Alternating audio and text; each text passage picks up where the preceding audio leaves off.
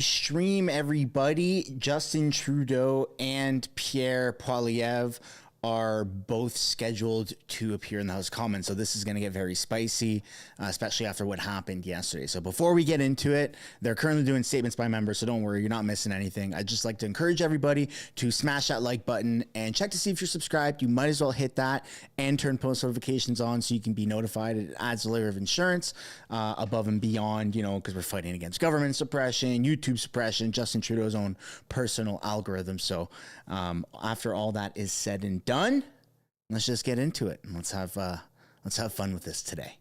Let's be excited in the chat. For the regions of Quebec has supported projects for tomorrow's economy with over $2.8 billion for Propulsion Québec to support innovation and development of electric transportation. Currently,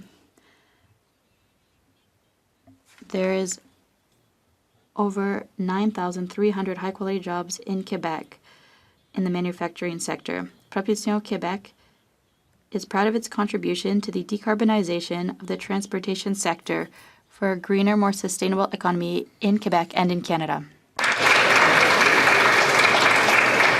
The honourable member from Calgary Heritage. Canadians renewing their mortgages at today's rates will see an increase from 2% to 6% or higher. Wow. The IMF warns that Canada is the most at risk among G7 countries for a mortgage default crisis. And what do we get? $20 billion in new inflationary spending. They have decided again to spend on the backs of Canadians, keeping inflation and interest rates high. They risk a mortgage meltdown on $900 billion of mortgages renewing over the next 3 years. They continue to attack $3 trillion of resources that would fuel, feed, and secure the world, that would end dollars for dictators and bring powerful paychecks for our people. After 8 long years, when Canadians get the carbon tax election they've been longing for, common sense conservatives will axe the tax, balance a budget, deliver real leadership, and end the NDP Liberal gravy train. And end the NDP Liberal gravy train. The honourable member for Vaudreuil. I think I might take that one. Pricks, 3,178 insulin injections, 256 hours of sleep lost. That is what 9-year-old Paloma Darvasi from my community of Vaudreuil-Soulanges has already experienced since being diagnosed just 454 days ago. Reminder, everybody, as you are filing in for question period before it begins, to hit that like button. It helps push the stream out or the video, and more people can be aware of what our government is doing. Because of advancements in research in type 1 diabetes, 9-year-olds like her can live fulfilling lives, experience all the joys their classmates experience, and yes, lace up and take to the ice with their fellow Storm teammates. She came to ask us as parliamentarians to learn more about type 1 diabetes and to commit to further supporting the cutting-edge research of the Juvenile Diabetes Research Foundation. One day, we will find a cure, and when we do, you will have played a big role in getting us there. Bravo. Bravo. The honourable member from Egmont. It gives me great pleasure to honour the Minister of Agriculture. November 21st marked the 35th anniversary of his election to the House of Commons, making him the longest-serving ever MP for Prince Edward Island. It's a great achievement, and as a witness to history, the Minister has seen a great deal of change and progress here in the House and his Cardigan riding. 11 straight election victories. It is a remarkable record and a real testament to the trust invested in the member by the people of Cardigan. His love for Prince Edward Island is very well known, and his legacy in Cardigan and across the province will continue to pay dividends for many decades to come. Personally, I have learned from the Minister that it is essential for public representatives to always act on the guidance of constituents while keeping a steady eye on the future and potential opportunities. We owe a debt of gratitude to the Minister's sage and adroit understanding of changing times and his remarkable ability to positively navigate both today's and tomorrow's challenges. Congratulations to you and your trusted partner and advisor, Francis.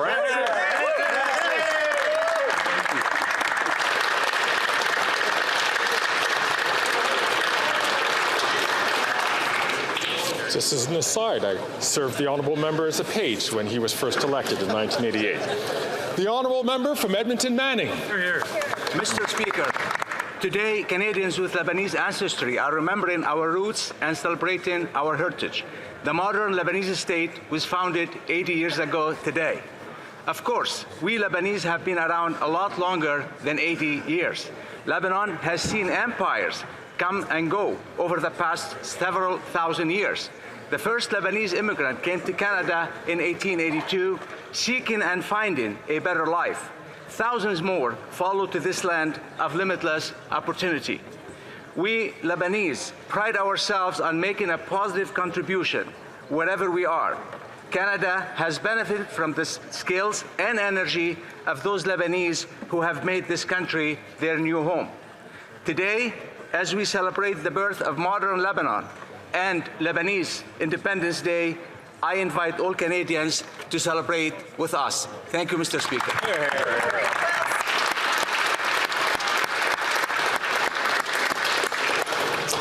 The honourable member from Etobicoke Lakeshore. Thank you, Mr. Speaker. What a wonderful occasion today to welcome the Sikyong of the Central Tibetan Administration to Ottawa, Penpa Sering. Elected as Sikyong in 2021, he's the voice of the Tibetan people around the world, including right here in Canada, Mr. Speaker. And Mr. Speaker, he too served as the Speaker of the Parliament of the Central Tibetan Administration. I think of thousands of Tibetans across our communities in Canada. The vibrant culture of the Tibetan people enriches the social fabric of our country. The Tibetan Canadian Cultural Centre is located in Etobicoke Lakeshore, something I am very proud of, and the goals of the centre and Tibetan Buddhism in general reflect a respect for life and harmony that transcends all cultures. Nonviolence and peace are universal aspirations for all humanity, and the Sikyong embodies those values.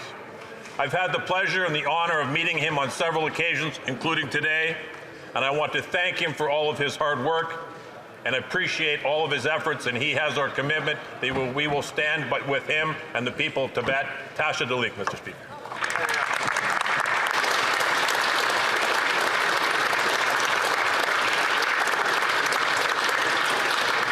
The honourable member from Edmonton West. Mr. Speaker, after 8 long years of this NDP Liberal government, Canadians have made it clear they cannot And a bloc Québécois government, apparently. Here comes the government with their fall economic statement.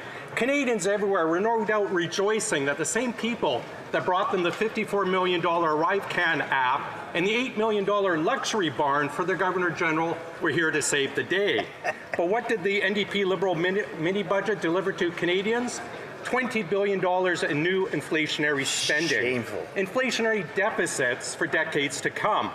A housing hell where Canadians are taking out 90-year mortgages just to be able to afford a home, and an eye-watering $1/3 of $1 trillion just for interest payments, more than what the government is paying for health care or the military. Incredible. It's clear after 8 years of waste and incompetence, the NDP Liberal government is not worth the cost. That's right. The Honourable Member for Beauce. Mr. Speaker, yesterday the Prime Minister and the Minister of Finance announced over $20 billion in new inflationary spending that will keep interest rates and inflation at a level Canadians can't afford. There's a disappointment in this government to control spending. None of the Conservatives' demands for common sense were retained. One was that we called for no new increases in the carbon tax. After 8 years, it's clear the Prime Minister is not worth the cost. You know who else is not worth the cost? The Bloc Québécois, which continues to support the Liberal government by supporting radical increases in the carbon tax. I'm stunned that they pretend to care about Quebecers, but they support another carbon tax that would bump gas up 20 cents a litre. Do they realize that next year the government will spend more money servicing the debt than for health transfers? And the Bloc Liberal coalition continues. None of these parties are worth the cost. It's time for them to get out of the way so that Conservatives, common sense Conservatives, can get our country back on track. The honourable member from Halifax West. Speaker, today marks a historic occasion as we proudly raise the Lebanese flag on Parliament Hill for the first time, marking the inaugural Lebanese Heritage Month in Canada. اليوم هو اليوم الأول في التاريخ الذي تم فيه رفع العلم اللبناني على تلة البرلمان بمناسبة افتتاح شهر التراث اللبناني في كندا. This momentous event holds even greater significance as it coincides with Lebanon's 80th Independence Day. Chaque Novembre, on encourage. Every November, we encourage all Canadians to join us in celebrating. Reminder, everyone, hit that like button if you haven't yet already. Children, grandchildren, brothers, sisters, all family and friends who traveled here to share in this celebration. And to His Excellency Ambassador Fadi Ziadi for the tremendous partnership he's shown leading up to today. سيبقى لبنان في قلوبنا وسيدوم. Vive le Canada, vive le Liban. عشتم وعاش لبنان.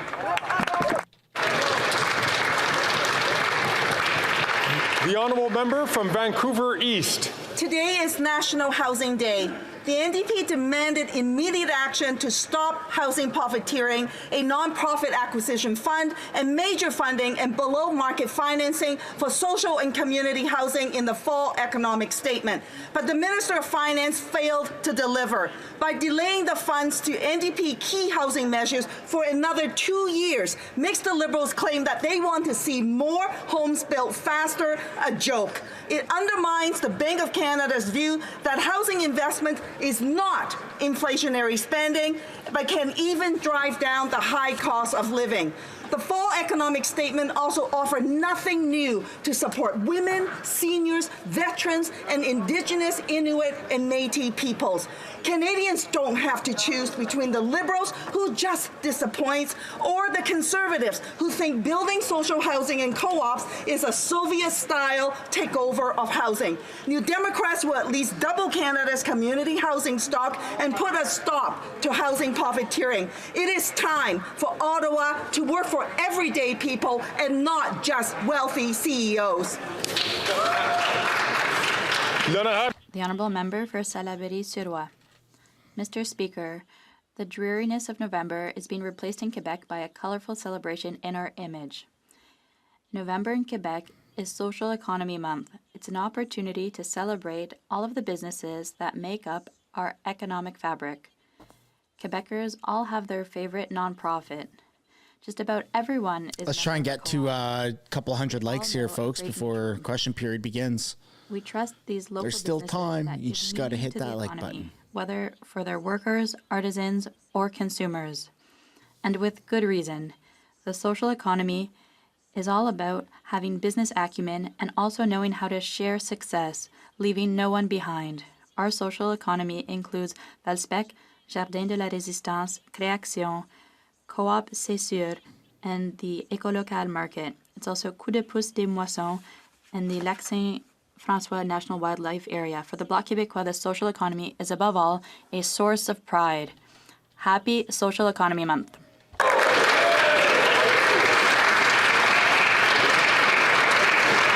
The honourable member from Calgary Forest Lawn. Yesterday's false hopes update can be summed up as prices up, rents up, photo ops up, taxes up, time's up. Conservatives will be voting no confidence in this Prime Minister's fall economic statement because he's not worth the cost. Liberal NDP spending caused 40-year highs in inflation and the most rapid interest rate hikes in Canadian history, putting Canadians most at risk in the G7 for a mortgage default crisis. And after 8 years, the only housing measure they had in there was to change the housing department's name. 2 million Canadians are going to a food bank in a single month, yet the Prime Minister still plans to quadruple his carbon tax scam on gas, groceries, and home heating. A common-sense Conservative government will bring home lower prices by axing the carbon tax scam, bringing home powerful paychecks by balancing the budget so interest rates and inflation can come down, and bringing homes Canadians can actually afford by incentivizing municipalities to build, build, build. A common-sense Conservative leader will turn hurt into hope for all Canadians.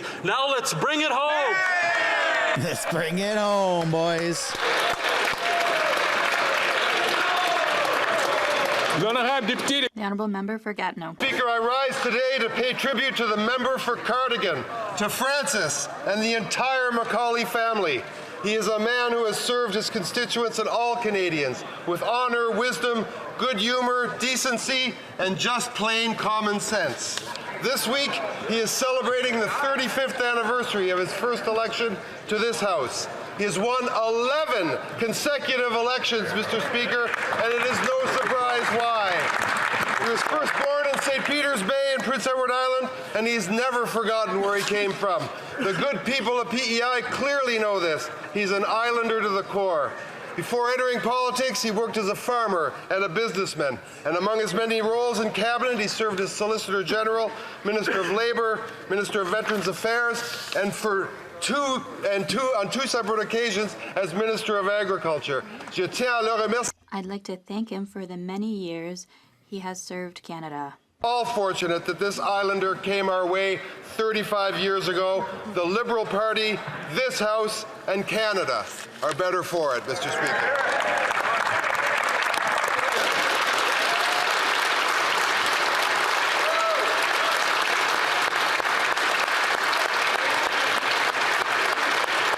There's Trudeau, bottom left. Questions. Oral questions. Questions orales. Honorable Leader of the Opposition. The Leader of the Opposition. Here we go, folks. Monsieur le Président. Mr. Speaker, we've just heard reports in the media about a terrorist attack at the border at Niagara Falls.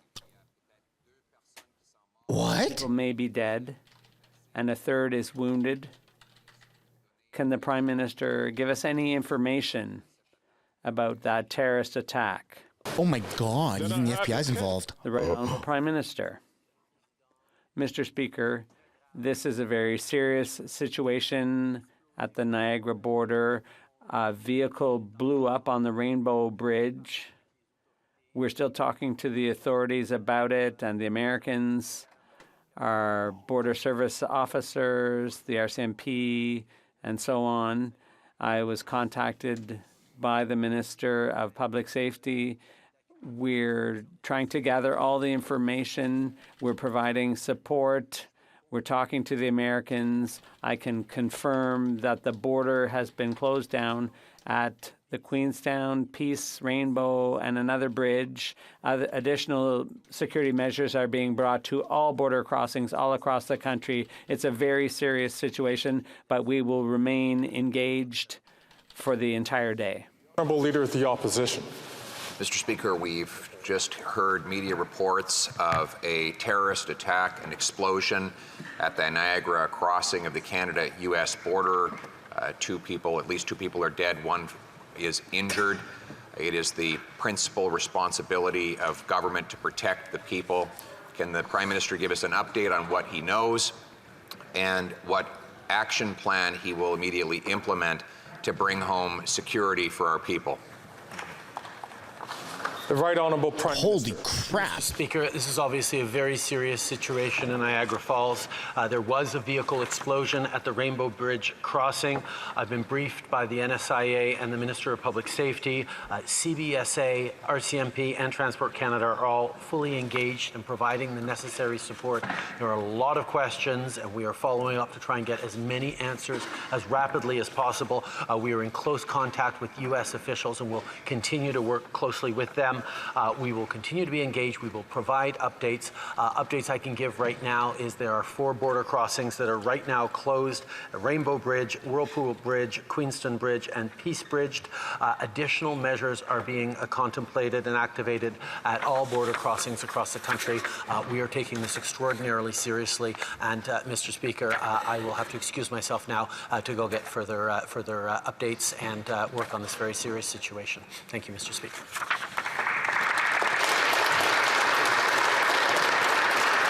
Wow.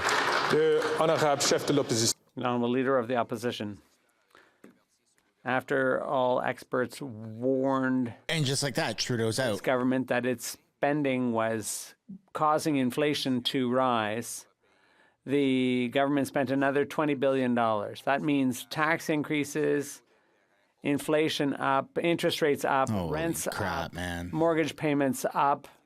Will the government finally reverse its inflationary policies so that Canadians who have record mortgage payments to make so that they can save their houses, keep their houses? The Honourable Minister. Mr. Speaker, yesterday was a good day with good news for people wanting to buy a new home because there were measures in the fall economic statement that will provide for the construction of thousands of homes all across the country and more rental units through the purpose-built rental building program. And there's good news for households, for Canadians, and for everyone who's interested in having an affordable life here in Canada. Leader of the Opposition. What's up? Rent's up. Rates are up. Taxes up. Debt up. Time's up for this government, Mr. Speaker. After 8 years, they're not worth the cost. And now this Prime Minister takes on another $20 billion of inflationary spending and will bring up the interest payments on our debt to a record-smashing $51 billion a year. With 2 million Canadians eating at a food bank every month and many facing the loss of their home, why won't they cancel this inflationary scam and replace it with a plan to balance the budget and bring down interest rates and inflation?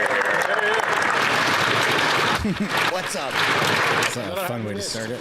Mr. Speaker, yesterday's fall economic statement demonstrates the next phase in our plan to make sure that we have an economy that works for everyone. Mr. Speaker, the International Monetary Fund is predicting that Canada's growth will lead the G7 in 2024. We have the lowest debt-to-GDP ratio in the G7. And Mr. Speaker, while we are building housing, while we are moving on with our clean tax credits, while we are making sure that adoptive parents can have the benefits that they need, you know what's up, Mr. Speaker? The end of support for the Conservative Party for Ukrainians in this country and in Ukraine as the Conservatives vote against the Canada-Ukraine free trade deal. Shame on them.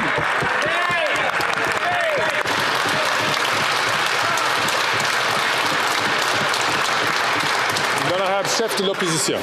Actually, what's up is that the Prime Minister has once again betrayed Ukraine. He betrayed Ukraine when he gave Putin that big turbine to pump his gas and fund his war. He betrayed Ukraine when he refused to sell Canadian gas to break European dependence on Putin.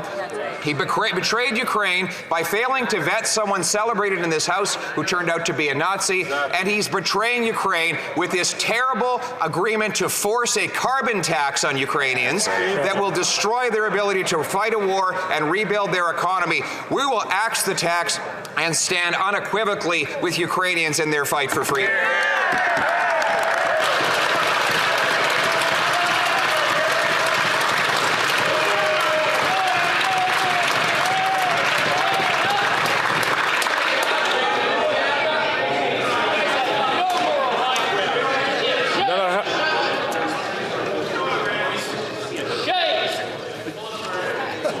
I'll ask the member from St. Albert, Edmonton, to please restrain himself.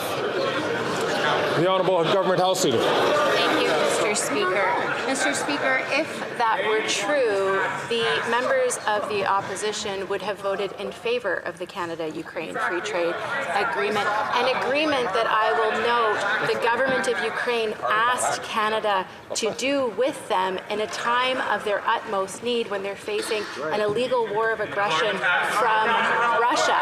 But instead of supporting Ukrainians in their time of need, instead of truly stand up for their fight for freedom, they vote against it on a red herring. Mr. Speaker, Canadians need to ask what the Conservatives are doing, and there's only one party that's betrayed Ukraine, and that's the Conservatives. Thank you.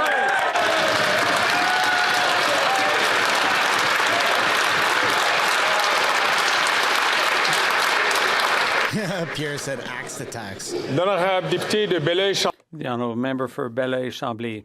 Mr. Speaker, allow me to express the hope that the situation at the border will be as non-dramatic as it can possibly be, especially under the current circumstances. Yesterday, the government issued its fall economic statement with all kinds of pomp and ceremony, but the box was empty. Businesses are being let down, seniors are being let down, and the homeless are being let down. Are we to understand that things are going to get worse before they get better, Mr. Speaker? The Honourable Minister.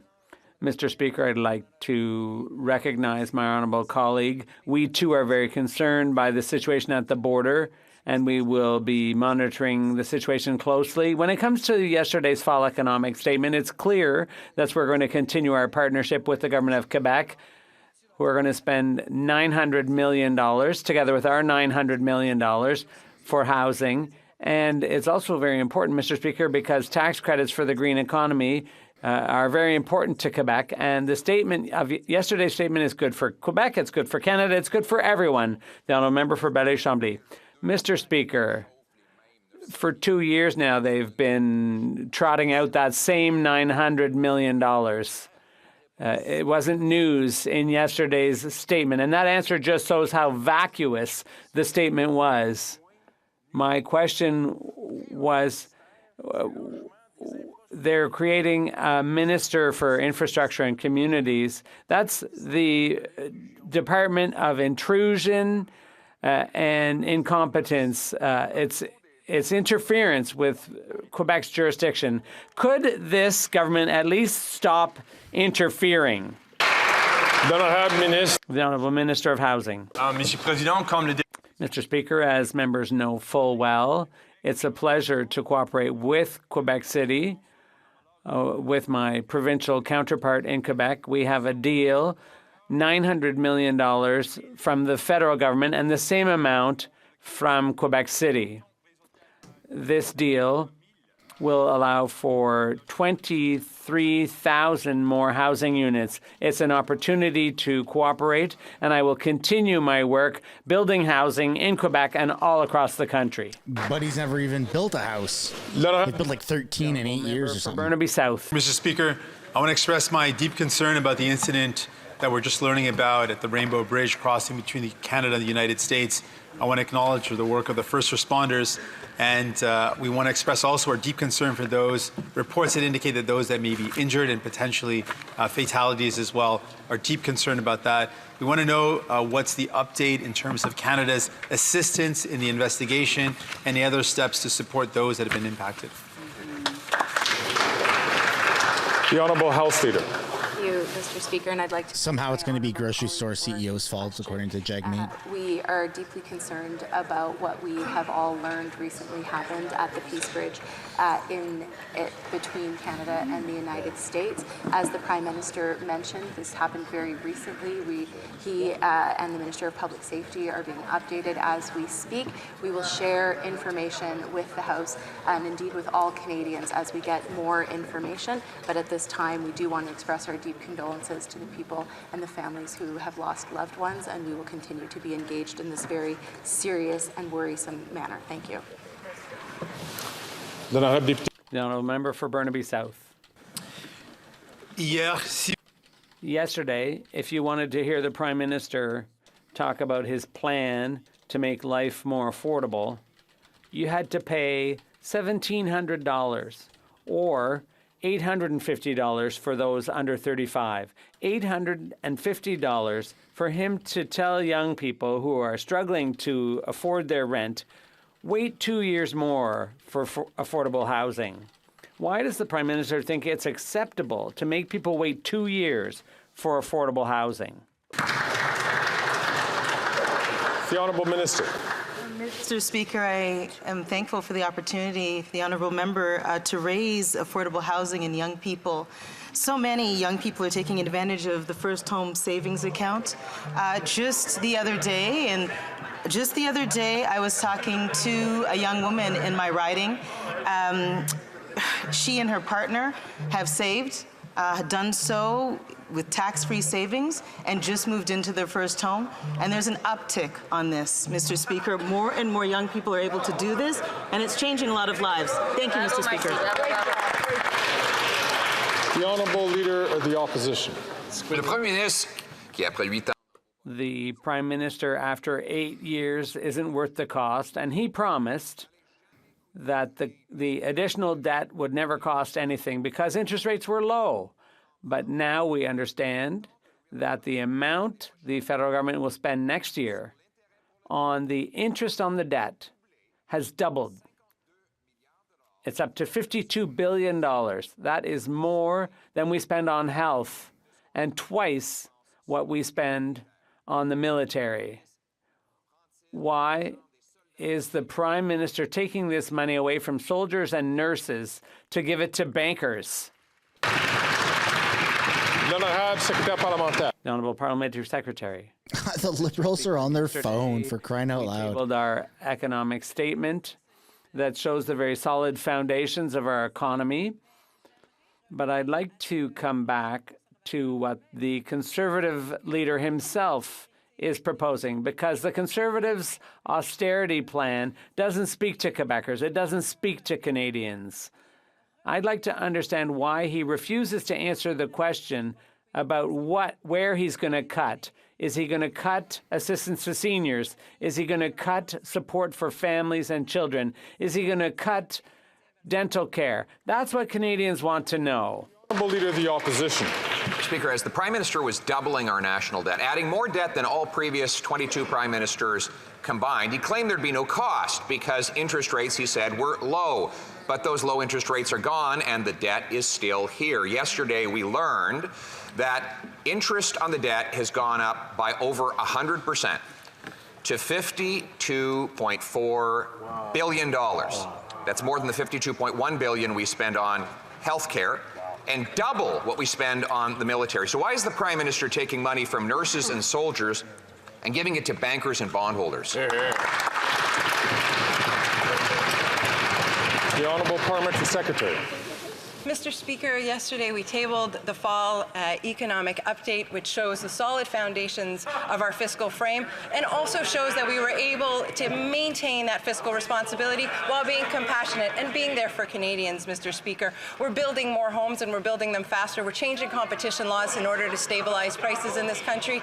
And Mr. Speaker, what the Conservatives are proposing are cuts, is austerity. Right. They want to claw back the supports to families, claw back supports to our seniors, Mr. Speaker. That is not what Canadians need, and that is not what Canadians deserve. Hear, hear. The Honourable Leader of the Opposition. Fear and falsehoods are the only thing they can use to distract from their disastrous record.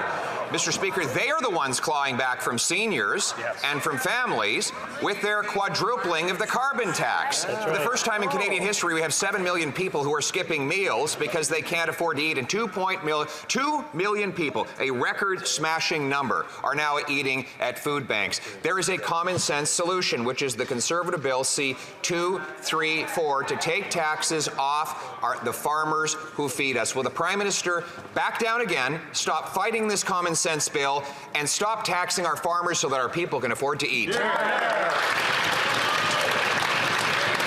Honourable Minister. Mr. Speaker, we are the government that decided that the retirement age should go back to 65, not 67, which was a decision that side of the House decided to make while their leader was in Davos, Switzerland. But let's stay in Europe for 1 second, Mr. Speaker, and talk about the appalling decision by these so-called Conservatives to turn down a free trade agreement with a beacon of democracy like Ukraine. What is up with that party? That's what Canadians want to know. And this carbon tax excuse, no one's buying. What's up, Mr. Speaker?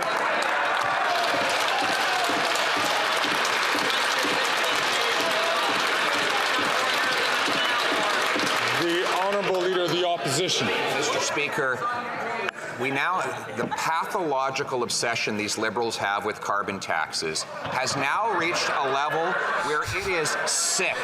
This is how sick they are on the carbon absolutely tax. Is sick. That they would use Ukraine's vulnerability in the middle of the war to impose their destructive carbon tax on the people of Ukraine and make it harder for them to rebuild after the war. We already know this Prime Minister was used as a Russian propaganda tool when he brought a Nazi into the House of Commons. Why is he trying to damage the economy with a destructive carbon tax in this terrible deal? I did not see that coming. The Honourable Minister for International Trade. The only ones who are not supporting Ukraine are the Conservatives. Let's be clear. The Canada-Ukraine free trade deal does not impose a price on pollution on Ukraine. And you know why? Because Ukraine already has a price on pollution.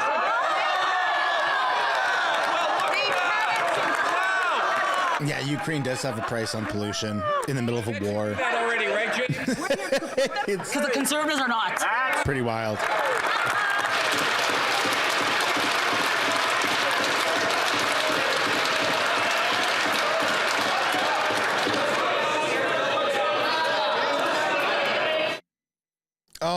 my God, man. I hate it when the House Speaker turns that mic off. The Honourable Leader of the Opposition. Mr. Speaker, if it was already there, they wouldn't have needed to put it in the deal. We negotiated the free trade deal with Ukraine. We support free trade with Ukraine. We're the only party that supports a real trade agreement with Ukraine that would include supplying it with Canadian-made defense equipment, which they voted against yesterday. They voted against that yesterday. They voted against supplying Ukraine with clean Canadian energy that would repower their economy. So let's get this straight. They're against selling Canadian munitions to fight the Russian attackers, but they're in favor of imposing a carbon tax on Ukrainians. That's nuts, Mr. Speaker. It's absurd, man.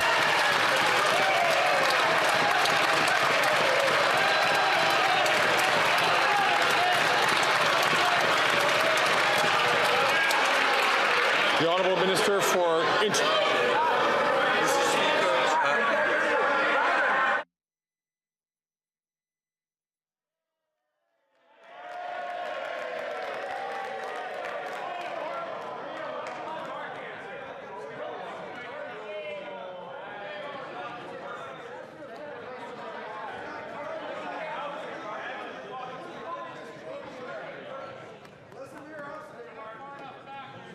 The Honourable Minister for International Development. Mr. Speaker, it was bad enough that this party is the only party in this House that doesn't believe in climate change, that doesn't believe in fighting the good fight against climate change. But on top of that now, when Ukrainians are dying literally on behalf of freedom-loving people of the world, they're fighting fascism, they're fighting totalitarianism, they're fighting against an illegal invasion. At that critical moment, what did they choose to do? They chose to abandon Ukrainians in their hour of need. Mr. President, Canadians will remember this moment, and we will never forget this shameful party. You can tell that the Liberals have to fake their enthusiasm.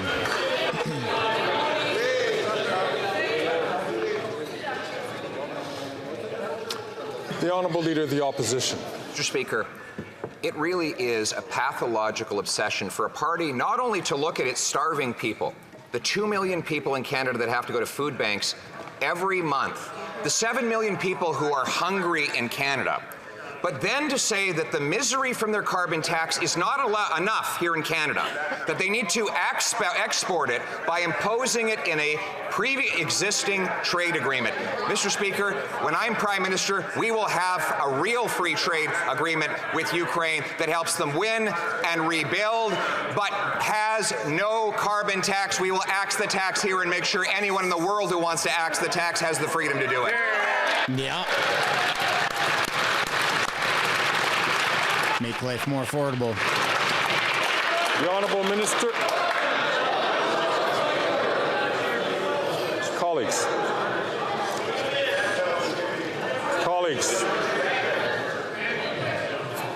I know it is Wednesday.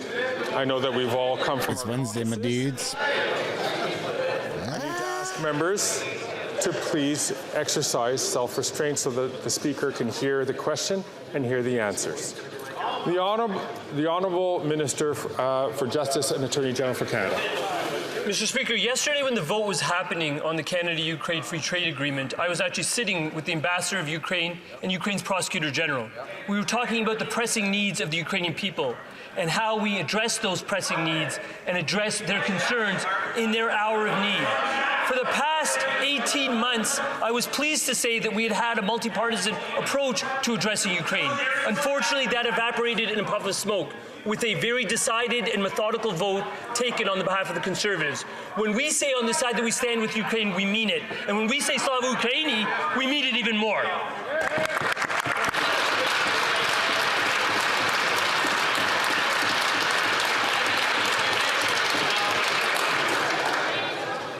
Then I have the honourable member for Belleuil-Chambly. Mr. Speaker, it's quite fascinating. I ask a question about the fall economic statement, and I get a 2-year-old announcement And that shows that there was nothing in the economic statement. So why do one? When I was young, people said, if you have nothing to say, shut up. So what is the government, what do they have to say to seniors who are having trouble affording groceries? What are they saying to municipalities that are having trouble housing people? They're going to create a department with a longer, more expensive, more complicated title? The Honourable Parliamentary Secretary. Mr. Speaker, our fall economic statement, which was tabled yesterday, invests more in our housing co-ops in Quebec and all across Canada. We're strengthening and fighting against rentals like Airbnb because we know that Quebec has local regulations that are very strict, and we want to support that. We also know that there are families that are still having trouble making ends meet, and that's why we are amending the Competition Act. That's concrete action for you, Mr. Speaker. The Honourable Member for Belleuil-Chambly. Mr. Speaker, we didn't need an economic statement to get answers like that, especially because now, between now and 2026, when the money is going to flow, there's no guarantee that that money will still be there by then. So what was the whole point of this exercise other than to make us waste our time? Businesses, seniors, and homeless people are just as in distress today as they were yesterday. Why waste Parliament's time? The Honourable Parliamentary Secretary. Mr. Speaker, I think my colleague is having a hard time understanding the purpose of an economic statement. It's not a budget, Mr. Speaker. It's an economic statement. It's because we want to be transparent with Canadians and we want to show where we're at with our plan. Yesterday, we also announced that we would be removing the GST on psychotherapy and that we were going to fight against homelessness. So there are measures that will help Canadians also. The Honourable Leader of the Opposition. Our food banks, that if you put the images in black and white, you would just assume you were looking at images from the Great Depression. We have never seen 2 million people going to a food bank in a month. Never has had 7 million people eating less than is healthy. But that is the starvation that we have as a result of 8 years of this Prime Minister. There's a common sense Conservative bill, C-234, that has passed to the Senate. The Prime Minister's ministers are panicking and begging senators to block it. Will the Prime Minister tell his senators that they have go-ahead to pass this common sense Conservative bill so our farmers can feed our people? The Honourable Parliamentary Secretary. Thank you, Mr. Speaker. You'd think after 2 decades in this place, the member opposite might know that the Senate is independent of this place. However, there was a time when Canadians could look to Conservatives for a little bit of leadership on fighting climate change. Mr. Speaker, Brian Mulroney was a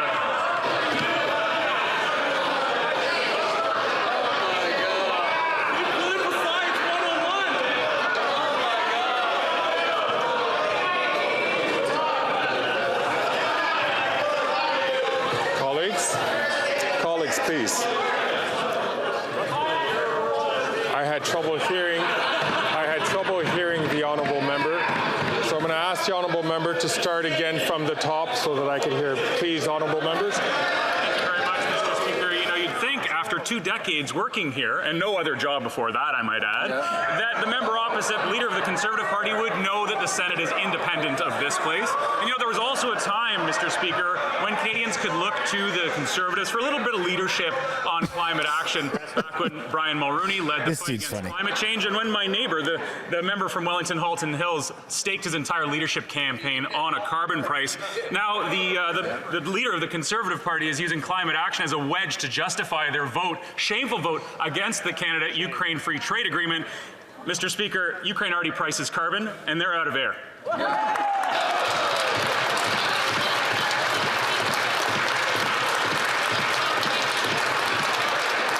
The Honourable Leader of the Opposition. Mr. Speaker, the member's comedy routine won't make up for the fact that Canadians cannot afford to feed themselves. But the Prime Minister is in a bind again. He was already bullied by his Atlantic caucus into panicking and bringing in a temporary pause on home heating taxes, but only for some. Now, his Environment Minister is threatening to resign if there are any more carbon tax carve-outs. Will the Prime Minister stop allowing himself to be bullied and threatened by his radical Environment Minister and axe the tax on our farmers so that Canadians can afford to eat? The Honourable Parliamentary Secretary. Thank you very much, Mr. Speaker. The only thing radical in this House is the Leader of the Conservatives Party constant climate denial, Mr. Speaker. As I just mentioned, the Conservatives are trying to use climate denial in an attempt to justify their shameful vote against the Canada-Ukraine Free Trade Agreement yesterday. But I have news for the Conservatives. Ukraine already prices carbon, along with other European countries like Norway, Sweden, Great Britain, Denmark, Poland, Germany, the Netherlands, Spain, Poland, Switzerland. A lot of them believe in pricing carbon, Mr. Speaker. They all ran on that promise, and the member from Wellington Halton Hills staked his entire leadership campaign on it, Mr. Speaker. Yet with the program, Conservatives. I'm surprised he didn't mention the Stone Age or whatever.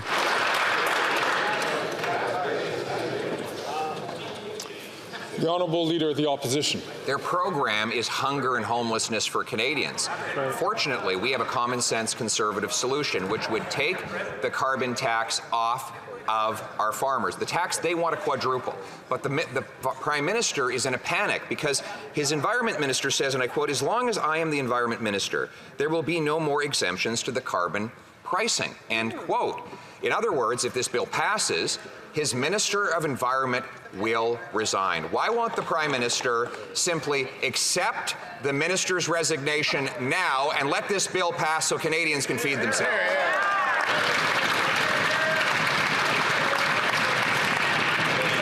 The Honourable Government House Leader. Thank you, Mr. Speaker. Canadians know what it means when they hear the words common sense Conservatives. It means cuts to the programs and the services that they rely on that ultimately hurt Canadians. But let's put some facts on the table, Mr. Speaker. Since we've come into office in 2015, we've lifted 650,000 children, 2.7 million Canadians out of poverty. Canada now ranks 6th in terms of where we rank in terms of child poverty in the world. When the Conservatives were in office, when that leader was in office, Mr. Speaker, Canada ranked 24th in the world when it came to child poverty. Mr. Speaker, we continue to support Canadians. We'll stay on the facts, and we will not cut services like the Conservatives. Thank you, Mr. Speaker. The Honourable Leader of the Opposition. No, what they're doing is cutting the food budgets of families by raising the tax on the farmers who feed us. Again, there is a common sense Conservative bill that passed through this House of Commons against the great protest of the Prime Minister, who still wants to quadruple the tax. We're simply asking him to tell his Environment Minister to resign and let his Liberal-appointed ministers pass the bill. So, what will he pick? Will he pick allowing Canadians to feed their families around the kitchen table, or will he keep his crazy Environment Minister around the cabinet table? I don't think you're allowed to call them crazy. Yeah, here comes the House Speaker with the mute. Here comes the mute. And there's the mute button.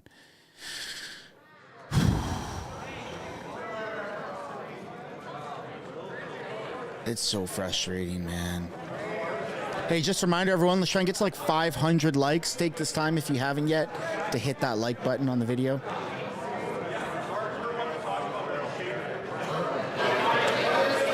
Order.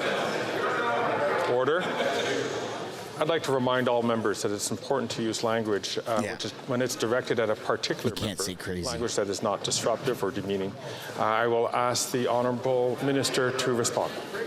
Thank you, Mr. Speaker. I'll happily tell the Leader of the Opposition what we pick on this side. Mr. Speaker, we pick to support Canadians in their time of need. Mr. Speaker, we pick to fight climate change, Mr. Speaker, which we know is an existential threat. And we pick to ensure that we are supporting people who are seeking their freedom around the world, Mr. Speaker. What we're seeing in the United States is right-wing politicians who are turning away from Ukraine, turning towards Russia. I can only assume that's what we're seeing here in Canada right now, as the members opposite are the only ones in Canada who are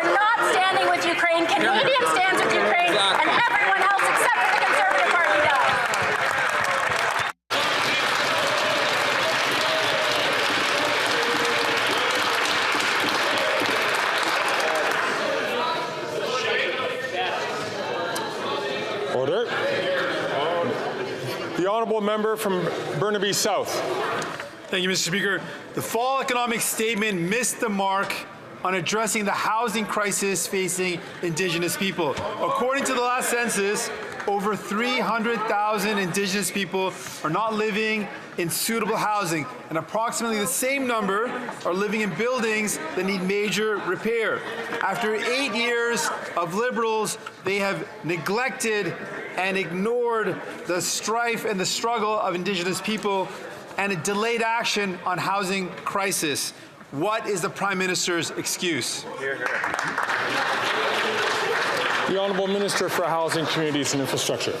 Mr. Speaker, I'm sincerely thankful for the NDP's concern for the well-being of Indigenous people across Canada and for the recognition of the need to continue to make the investments necessary to improve the housing situation impacting communities in every part of this country. The reality, though, Mr. Speaker, is that we are making historic investments in affordable housing for Canadians generally, but specifically for Indigenous peoples across this country as well. In previous budgets, we have put $4 billion on the table for distinction-based funding for Indigenous communities, and an additional $4.3 billion to address Indigenous housing needs in urban, rural, and northern environments across this country. We'll continue to do what's necessary to support Indigenous peoples when it comes to housing. The honourable member from Burnaby South. The Prime Minister promised Canadians in 2021 he would impose an emissions cap on oil and gas producers. It's been 2 years of delay and disappointment. Families, municipalities, small businesses, and in the industrial sectors are investing in low-carbon solutions. But oil and gas emissions continue to rise unchecked. That doesn't look like climate leadership to me. Will the Prime Minister commit to releasing the oil and gas emissions cap framework with a 2030 target in line with science before COP28? The Honourable Parliamentary Secretary. Thank you very much, Mr. Speaker. I'd like to thank the member from Burnaby South, the leader of the New Democratic Party. It's refreshing to talk about how we fight climate change and not if we fight climate change. Ban grocery store CEOs. That's how you fight it. Even exists. I agree with the Speaker, with the leader of the NDP, Mr. Speaker. Establishing a cap on oil and gas emissions is one of the key commitments of our government's emissions reductions plan. Canada's oil and gas companies have proven repeatedly that they can innovate and develop new technologies and more competitive business models, and will continue to work with them on reducing their emissions with an emissions cap. Thank you, Mr. Speaker. The honourable member from West Vancouver, Sunshine Coast, Sea to Sky Country. Mr. Speaker, yesterday the government announced new measures that will support homeowners, the middle class, and increase housing construction. All measures that Conservatives will vote against, just as they voted against cutting taxes on the middle class and opposing any investment in affordable housing. In fact, the Conservatives eliminated 800,000 affordable homes the last time they were in government. Canadians know the only thing they can count on is that the Conservatives will abandon them in their time of need, just as our brave Ukrainian allies found out yesterday. So can the Parliamentary Secretary to the Minister of Finance please tell Canadians why the Conservative Party should instead change course and support the measures in the fall economic statement? Good question. The Honourable Parliamentary Secretary. Mr. Speaker, I'd like to thank my colleague for his excellent question. Yesterday, we did table the fall economic statement, which is the next step in our plan to build more homes right across this country and to build them faster, Mr. Speaker, to crack down on short-term rentals and Airbnbs by supporting municipalities and their own regulations, and of course by strengthening competition laws in this country in order to stabilize prices. Mr. Speaker, that was our plan, and it took only minutes for the Conservative leader to call it disgusting. What is actually disgusting is that that Conservative leader refuses to tell Canadians what he's going to cut. That's right. The Honourable Leader of the Opposition. It's come to light that the Prime Minister will spend $15 billion tax dollars, that's $1,000 for every single family in Canada, on a grant that will pay for 1,600 replacement workers to come in and displace union jobs in Windsor in a battery plant there, Mr. Speaker. Now, the Prime Minister's desperately claiming that he had no choice in the matter. Well, then why doesn't he open up the contract so all Canadians can see if there were any guarantees that this massive $15 billion grant would actually lead to Canadian and not foreign paychecks? The Honourable Minister. Mr. Speaker, this is a little bit rich coming from a political party that not only doesn't stand for auto workers, doesn't stand for Canadian workers at all, has no interest in a green economic plan like we have. Mr. Speaker, the Conservatives have not been with workers. They've not been with the auto sector. We are building battery plants in parts of this country. We are building the green economic plan. Mr. Speaker, let's look at the facts. 1, temporary foreign worker permit has been approved. 1. The Honourable Leader of the Opposition. Yes, and there are 1,599 more, at least, in foreign replacement workers who will be coming to use the 15 billion tax dollars that this Prime Minister is making Canadians pay for this single plan. In fact, here I have the advertisements for the position: electric quality mode engineer, skills required, bilingual in English or Korean. Wow. Mr. Speaker, this is true of countless of the job applications. Will the Prime Minister release the contract on this $15 billion deal to see if any of the money is going to go to Canadian workers, or it's all going to foreign replacement workers?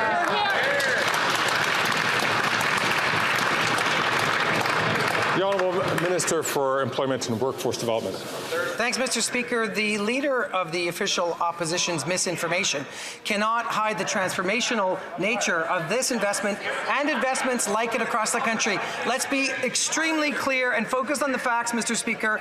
2,500 permanent jobs in the Windsor area to operate this plant, 2,300 Canadian jobs to construct this plant. Those are the facts. He's risky, he's reckless, and he's just dealing in pure misinformation. Again, I'd like to remind members to use language which doesn't impugn the member's use of information. The Honourable Leader of the Opposition. Mr. Speaker, my information comes from the Windsor Police, who had a visit from the South Korean ambassador to set up the arrival of 1,600 South Korean replacement workers who will displace union workers in Windsor. Unions are up in arms as this government is displacing their workers to bring in replacement workers from abroad. So if anything I am saying is wrong, why doesn't the government just announce that they will release the contract to show any guarantees there are that the jobs will go to Canadians? The Honourable Minister for Employment and Workforce Development. I'd drop a W in the chat for Pierre. The facts, and let's look at an authority in this matter, Mr. Speaker. Dave Cassidy, president of Union Local 444, calling out the disinformation from the Conservative Party as absolutely false and baseless. Mr. Speaker, there is simply no justification for what the ambassador of South Korea has suggested. 2,500 Canadian jobs to operate this plant, 2,300 Canadian jobs to construct this plant. Those are the facts. Those are the investments we're building for the future. Everything else is just risk and recklessness from the Conservatives. The Honourable Leader of the Opposition. What is risky and reckless is to spend $15 billion, which works out to $1,000 for every family in Canada, for a project that will employ foreign replacement workers. Those workers will displace our union jobs in this country. In other words, our money for foreign workers. This is according to the police from Windsor, the local Windsor municipal government. These are the facts. And if the Prime Minister has any other facts he'd like to share, why won't he just give us the contract? The Honourable Parliamentary Secretary. Mr. Speaker, let's get real. These Conservatives have never been for workers. They don't understand that the fight against climate change creates prosperity for generations to come. These once-in-a-generation investments in the Next Star facility is bringing 2,500 permanent jobs to Windsor, which is bringing back the auto industry. I don't know how you can spin this negatively. But it's beyond me that the Conservatives can somehow spin this negatively.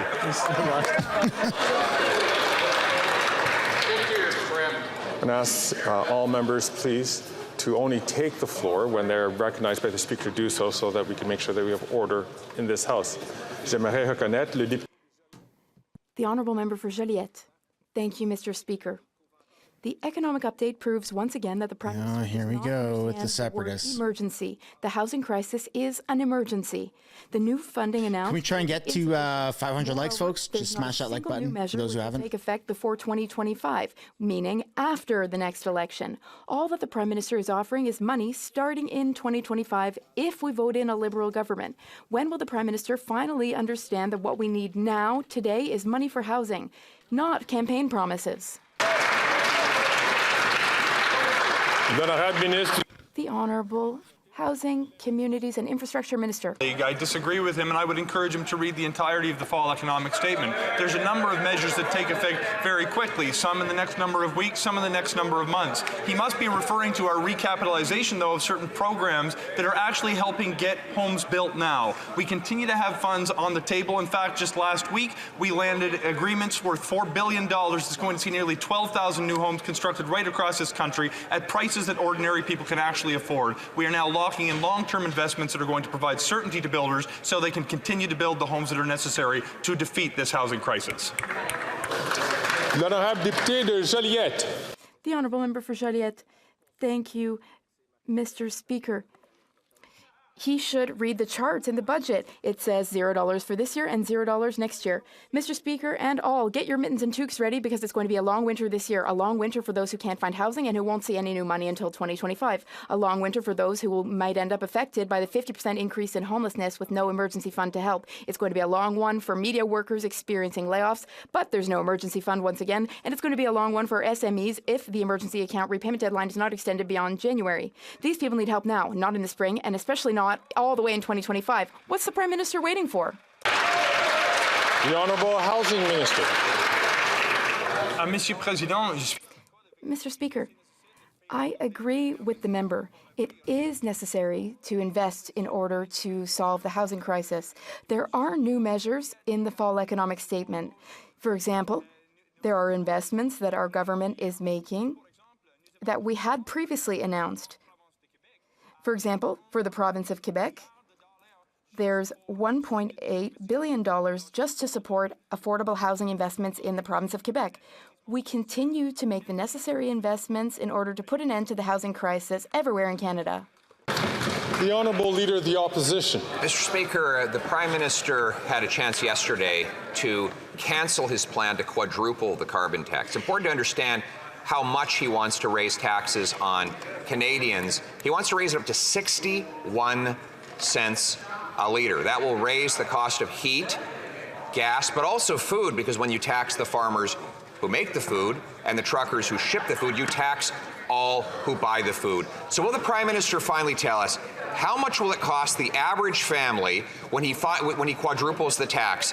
And will he call an election on the carbon tax in order that Canadians can decide for themselves? Yeah. The Honourable Parliamentary Secretary.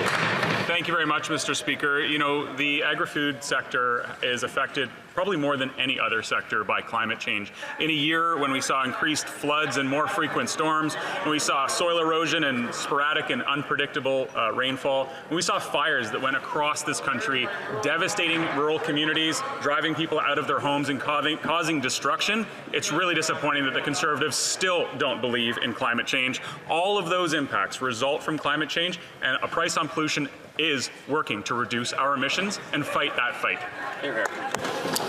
The Honourable Leader of the Opposition. Only it's not working. They've missed every emissions target but one in the year that the economy was entirely locked down. This Liberal government ranks 58th out of 63 in the world, and their own Environment Commissioner says they will not meet their emissions targets. Yet they still go ahead with this carbon tax, which has proven not to work. So they want to quadruple the tax, including on farmers who have no other choice than to use traditional hydrocarbons to power their machinery, their barns, and their drying. So once again, how much will the carbon tax cost the average Canadian farmer when the Prime Minister quadruples it? The Honourable Government House Leader. Thank you, Mr. Speaker. If the Conservatives were concerned about the cost of food and the cost of fuel, they would stand in solidarity with the people of Ukraine, because it is Russia's illegal war of aggression that is driving up global food prices and global fuel prices. But they are ideologically committed to ignoring climate change and doing anything that they could to possibly fight it, so much so that they throw Ukraine under the bus and vote against the very agreement that the Ukrainian government has asked Canada to support. Mr. Speaker, they need to give their head a shake, and they need to stand with the people who are fighting for freedom around this world.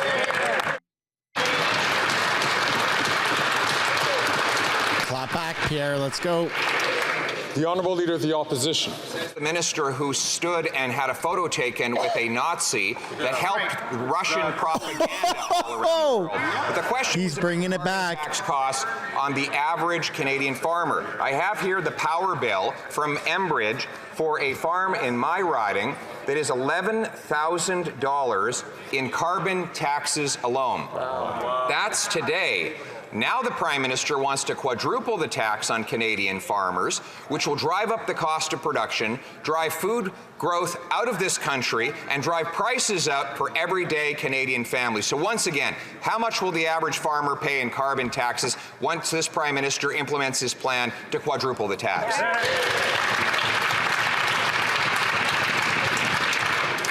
The Honourable Government House Leader. Mr. Speaker, what is unbelievable is that for the Leader of the Opposition, who claims to stand for freedom, who claims to stand for democracy, will do everything he can to ideologically oppose fighting climate change, including not standing with Ukrainians who are facing an illegal war of aggression by Russia, Mr. Speaker. That is driving up food and fuel prices around the world. If he truly cared about supporting Canadian families, Canadian farmers, he would support the Canada-Ukraine Free Trade Agreement, and he wouldn't abandon them in their time of need. Thank you, Mr. Speaker.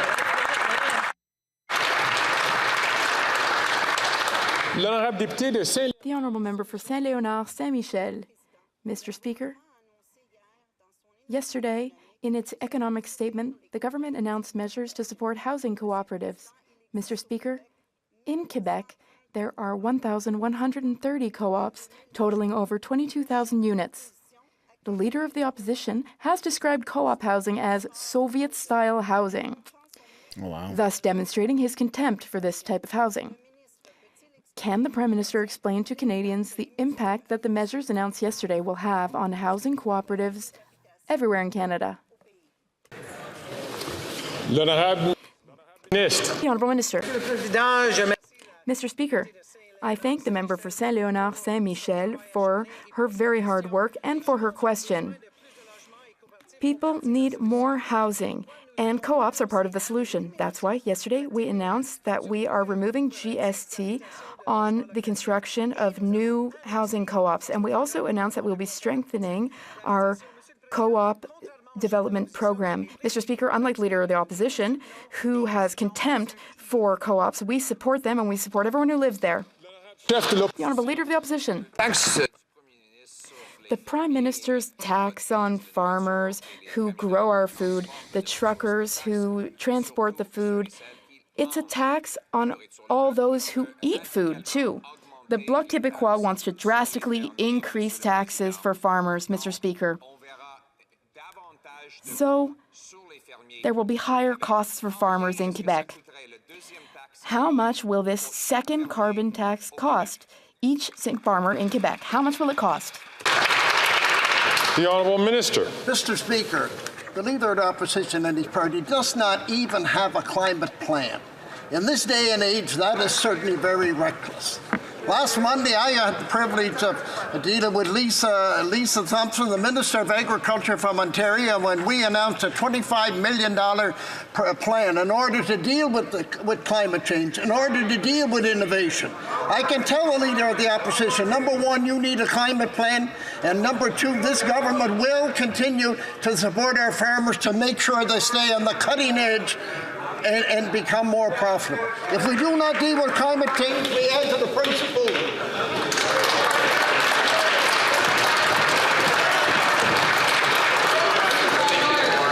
The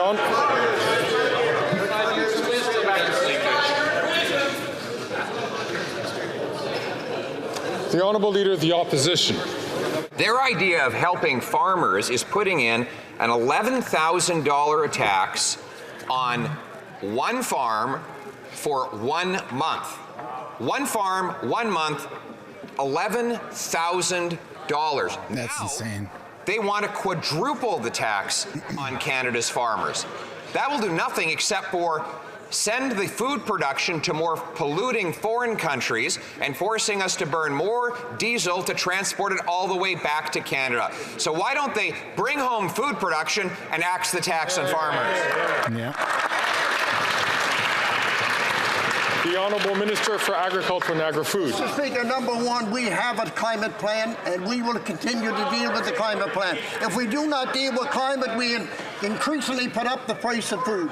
We have invested in farmers right across this country. We're going to make sure that farmers and ranchers stay on the cutting edge. We deal with climate change, because if we do not deal with climate change, like every country in the world is, we will continue to raise prices. Settle down, Colonel. Might pop a blood vessel. Honourable Leader of the Opposition. Mr. Speaker, after 8 years, they still don't have a plan to fight climate change over there. What they have is a plan to quadruple a tax that has failed to fight climate change, giving Canada the 58th ranking out of 63 countries, missing every target but one in 8 years, and on track to miss their targets in 2030. So stop distracting from the real agenda here, which is to take money away from farmers, from food, and from the necessities of Canadian life. Will they, yes or no, announce their support for the Senate passing common sense Conservative Bill C-234 to take the tax off the farmers who feed us? There you go, Pierre.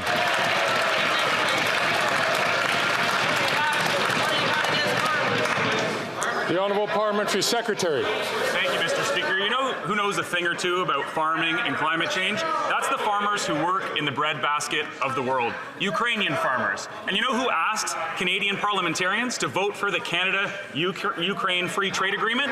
Ukrainian farmers. So did the Ukrainian-Canada Congress. So did President Zelensky himself. Ukrainian farmers are betrayed by this federal government. That's the people who grow. Canadian farmers are betrayed by those conservatives. They just fucking admitted. This always happens where the Liberals say something stupid, truthful, it slips out, and the Conservatives get all riled up. Holy smokes. The Ukrainian government, or the Ukrainian farmers, are betrayed by the Canadian government. That is hilarious. Tell us how you really feel. Should have stuck to kayaking. No doubt. Come on, folks. This is getting insanely heated. I'd like to encourage everyone who hasn't yet to smash that like button. Oh my God, Mr. Speaker. Muting the mic again. Order. The Honourable Member from Scarborough Agincourt. Mr. Speaker, economic reconciliation is a major part of the federal government's work to build a strong and sustainable economy. Yesterday, the government announced its fall economic statement. Can the Minister of Crown Indigenous Relations This is a funny episode. measures that support economic reconciliation? The Honourable Minister for Crown Indigenous Relations. I want to thank the member for Scarborough Agincourt for her tireless advocacy and her hard work. The number of major projects with potential for Indigenous equity ownership is anticipated to grow significantly over the next decade, and we're working with Indigenous partners to increase access to the affordable capital that Indigenous communities will require to make these opportunities a reality. This will make projects more economically feasible for Indigenous communities by decreasing the cost of capital. The Indigenous Loan Guarantee Program is a step in the right direction by the federal government on the path to economic reconciliation.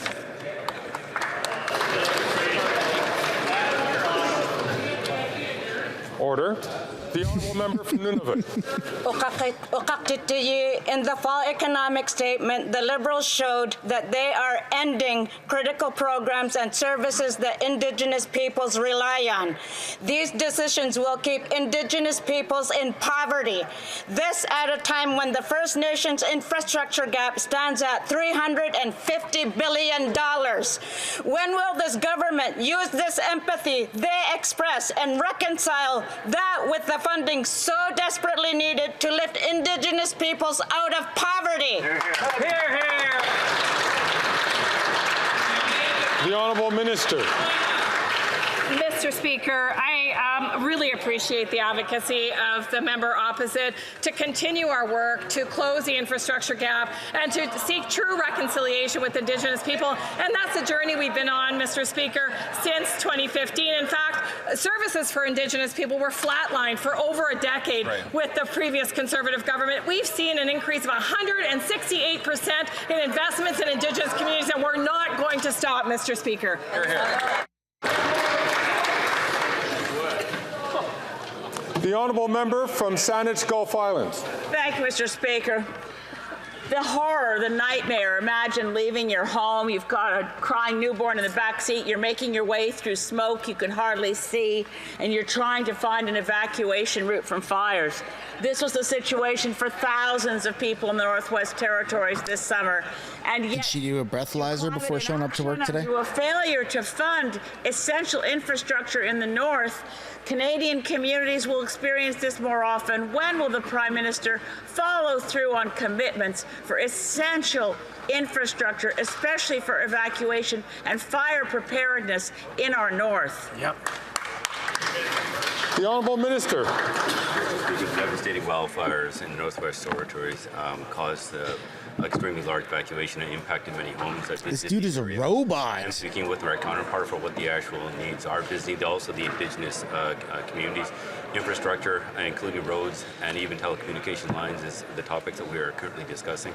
We will make sure that the North gets the support that they need. Thank you. And that brings an end. All right, folks, that's where we're going to end today's live stream. Thank you so much, everybody, for tuning in. Don't forget to smash that like button, subscribe if you haven't yet, consider turning post notifications on, and we will be back